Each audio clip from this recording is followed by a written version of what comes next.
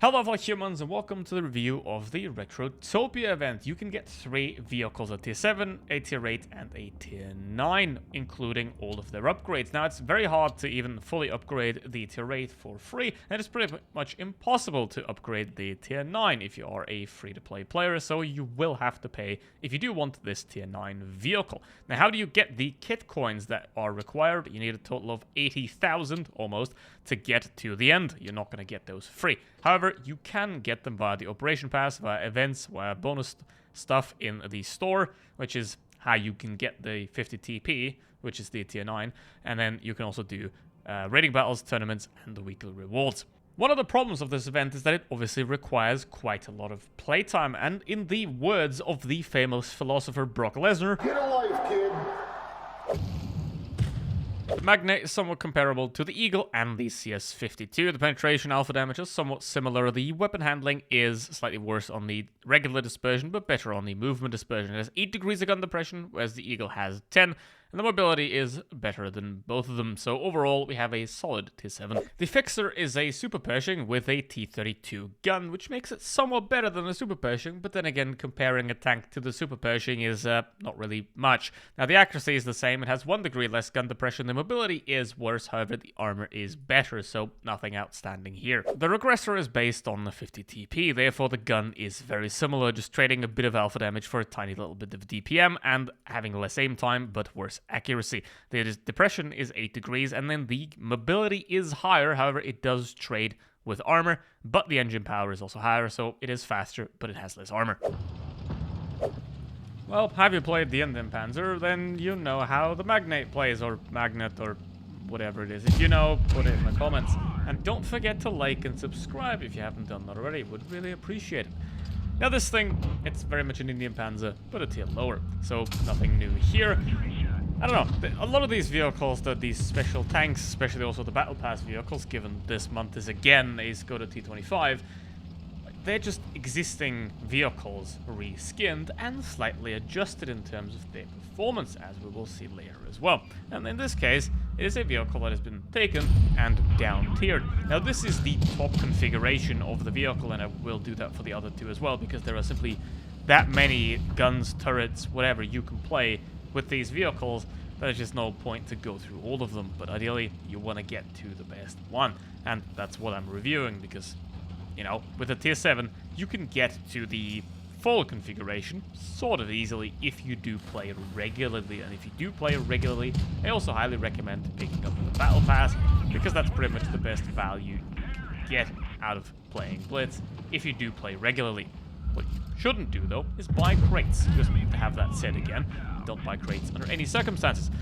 Now, the problem with this event is that, obviously, the top half, the tier 9 we get to later, is pretty much unachievable by playing, and you have to invest quite a lot of gold, because each kit coin is equal to 1 gold, so you would have to have a theoretical 78,000 gold to spend so you can get fully research everything.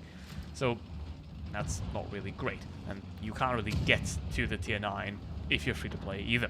You have to buy stuff. Now, it's one of those events where you don't have to just buy it outright, it's just attached to other stuff. Like if you buy a lot of gold, you get these kit coins with it as well, which per se isn't the worst thing of all time, because they could also charge you on their own as well, and so they sort of do, but please don't buy kit coins for gold, that's a bad idea. If you are in the need of gold, buy your gold, get the kit coins extra with the bundle, but then again, there are way better options of buying stuff in Blitz, like, again, the Battle Pass that's going to give you a lot more value, and the Battle Pass does include kit coins as well, so you can get more there. Now, the problem with these is, they're not really amazing. It's a good event, don't get me wrong, but it happens. It's just another event currency that has a random name, and then you fill it up, and then you get more of it, and now you have a tank. So it's an event as any, which is very nice to have, but it's been 9 years. They're doing the same thing over and over and over again, because, well, back in the day they did unique things, like the Mark 1 event, or the Duck event. More on that another time, but now we have reskins of already existing vehicles, this case, an Indian Panzer at tier 7. That is a pretty solid vehicle, to be honest. I mean, there's nothing wrong with it. It's perfectly fine. So is this one. This is a perfectly fine vehicle. So no problem with it, and especially if you can get this one for free. That's nice, and you fully upgraded. It's a pretty solid vehicle. Now, the problem with this thing is obviously it's based on the super pershing. The super pershing pretends to have armor, but it really doesn't. The cupola on top can be penned pretty easily. The hull is pretty solid, so yeah, the lower plate's a weak spot as of literally any tank. But overall, it's a solid vehicle because now instead of having a medium tank gun, you have more of a heavy tank style gun with 310 alpha damage. So again, we have an already existing tank. We slap a new camo onto it. We change a couple of parameters. Poof, new tank. That's how this goes. And this one, there isn't really anything bad about it. It's very much present within World of Tanks Blitz. And if you can get it for free, but then again, if you listened to Philosopher Brock Lesnar earlier, get a life instead of playing Blitz. But if you really enjoy playing Blitz a lot, then getting this vehicle for free could be quite a nice achievement as well. Because, I mean, you gotta do what's fun, right? Because why would you do something that ain't fun? If you want to play Blitz a lot, you do that. If you don't, you don't. Very simple. Now at this point, I'm just wiggling back and forth because that's the kind of sort of best thing you can do with a vehicle like this. It's a tier 7 game, which makes it a bit easier. The standard penetration is not really amazing, but it's not 180, so there's at least that. Now, here, again, you have an upgraded super pershing. And I don't know if it's really a great thing to oversaturate the game with samey vehicles all the time. Now, here's the thing. At one point, you do run out of ideas. You can't do anything new. That's going to happen. That's always going to happen.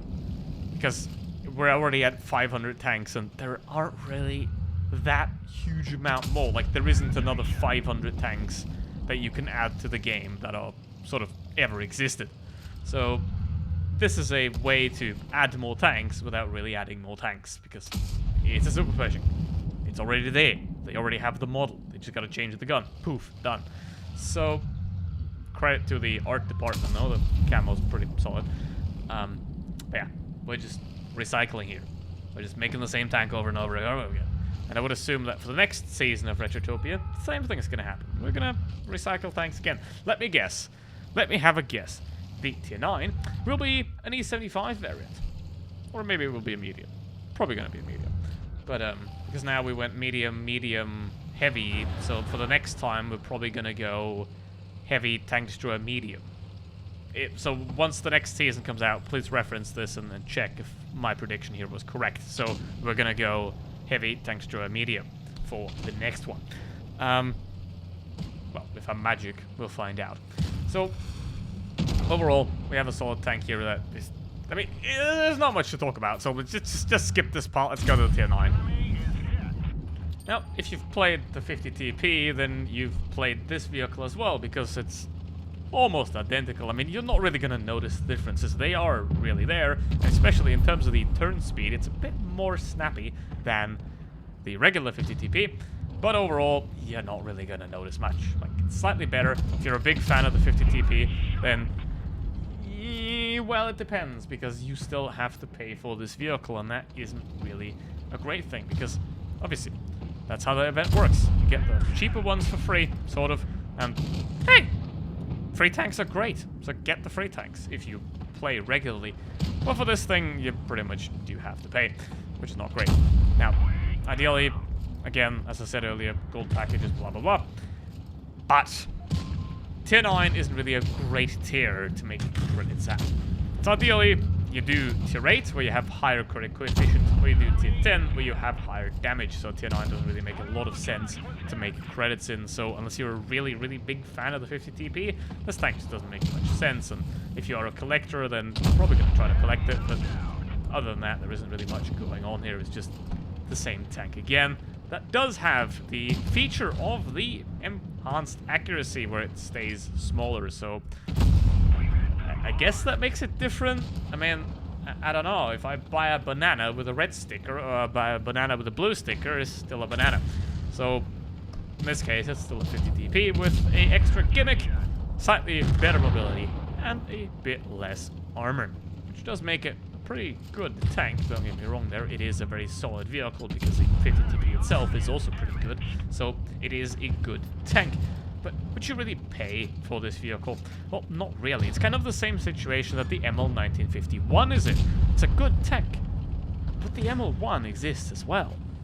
So why would you pay if you can just have the same experience for free? Unless you really, really enjoy that experience, then you might want to have the premium version of it to enjoy your experience and make creds at the same time. So if you've played the 50 TP, if you enjoy the 50 TP a lot, then this thing can be a worthy pickup. Other than that, there are way better things you can spend your money on, even within